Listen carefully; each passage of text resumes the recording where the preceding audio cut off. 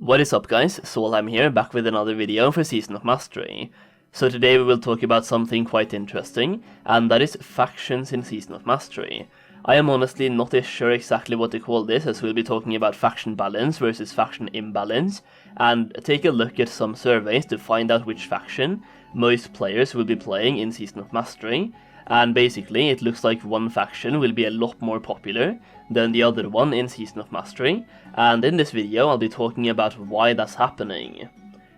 Before we do that though, I wanted to ask you, the person watching this video, which faction will you play in Season of Mastery? Let me know in the comments down below, and let's see if the faction imbalance trend continues. This video topic was actually suggested to me by a viewer named Marcus, so if you're watching this, thank you so much for the idea, and let's take a look at some alliance and horde numbers. So if we go to Classic WoW's Reddit page, if you scroll far enough down you can find a post called Season of Mastery Player Survey. Or you can also just search it up yourself, but basically, in this survey we have roughly 1,800 votes, which granted is not a lot of players compared to how many will actually be playing Season of Mastery, but it's better than nothing, and 1.8k votes gives us a lot of different opinions, and we can find some trends based on those numbers that will most likely be relevant for Season of Mastery. Based on this survey, we can see that out of 1,765 votes, 64% are planning to go Alliance, while 36% are planning to go Horde.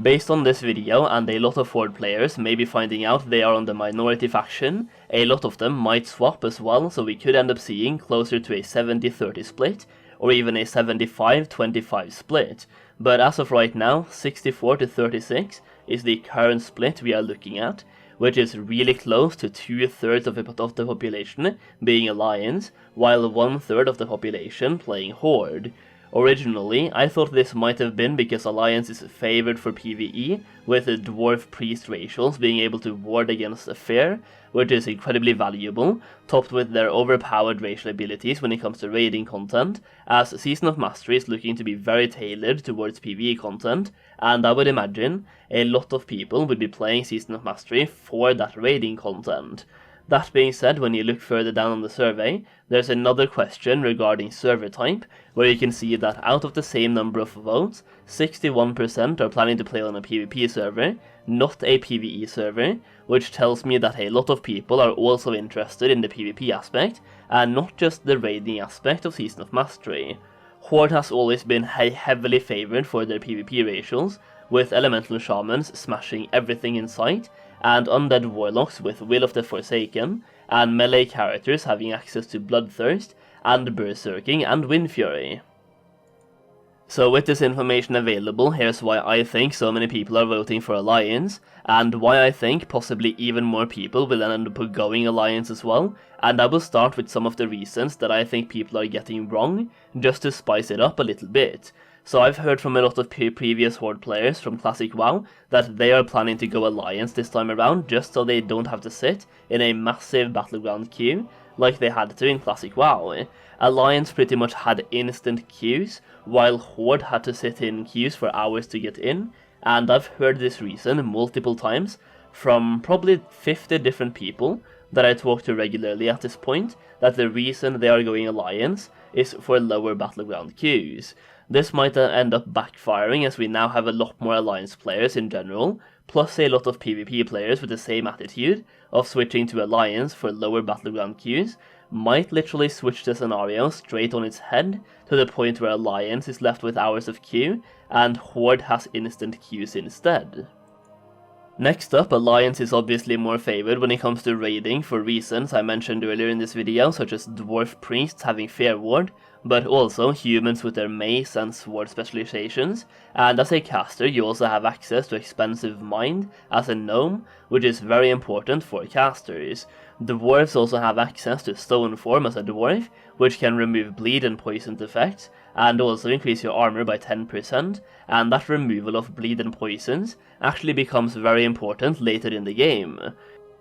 Not only that, but Alliance also has access to paladins, and with the removal of world buffs, each of the paladin blessings are even more important, allowing more control through threat meters with blessings of salvation, and access to more DPS through blessings of might and kings, and healers and casters can get mana back through Blessings of Wisdom. That being said, shamans also do bring a lot to the table, so while this is not the biggest point to the conversation, the Salvation Blessing is arguably a huge reason to go Alliance in Season of Mastery.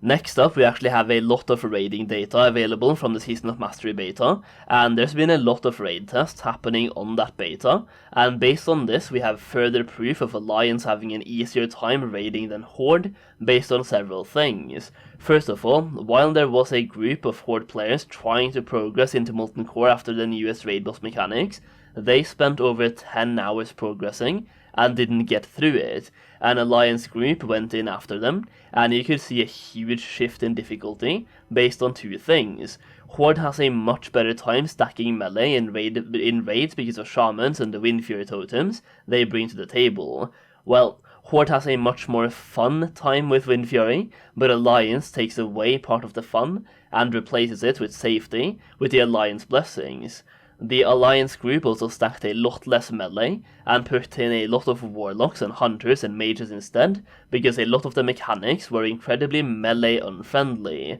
Secondly, based on a more melee unfriendly raiding experience, Wind Fury totems will become even less relevant, because you will be stacking way less melee characters or melee classes, and because threat is an issue, especially for warlocks, Blessings of Salvation once again becomes even more important. Basically, long story short, Season of Mastery has increased raiding difficulties, and based on that you will want the best composition possible to make that raiding content easier, and the simple fact is that bringing a paladin makes the raid easier than bringing a shaman, because you can keep the upsides of the paladin even if the paladin dies, and you don't have to worry about being in range of totems. All of this being said, there is one way Blizzard could easily fix this, and that is to put in faction locks whenever creating a character. For example, when a server has 60% of a faction, that faction gets locked until it goes down to 59%, pretty much preventing a server from becoming too one-sided when it comes to faction imbalance, but then again it's a player-made problem, and you can usually check a server's faction balance before making a character there. So if you pick the minority faction, that is usually a conscious choice, as you can check faction population on ironforge.pro if you're starting later. But even at launch, each server usually has its own Discord server, with Horde and Alliance Discord roles, so you can get a feel for the faction balance before you start playing. That being said, I will say that I think we will see 2/3 of the population playing Alliance this time around, and 1/3 playing Horde. Let me know in the comments down below which faction you will play, and if you did enjoy this video, please consider dropping a like on it. It helps my channel out more than you know, and I honestly really appreciate it. Make sure you subscribe to the channel for more Season of Mastery content. We are getting so close to that huge 30k subscriber mark, and that is insane. Thank you very much for watching, and I'll see you again very soon.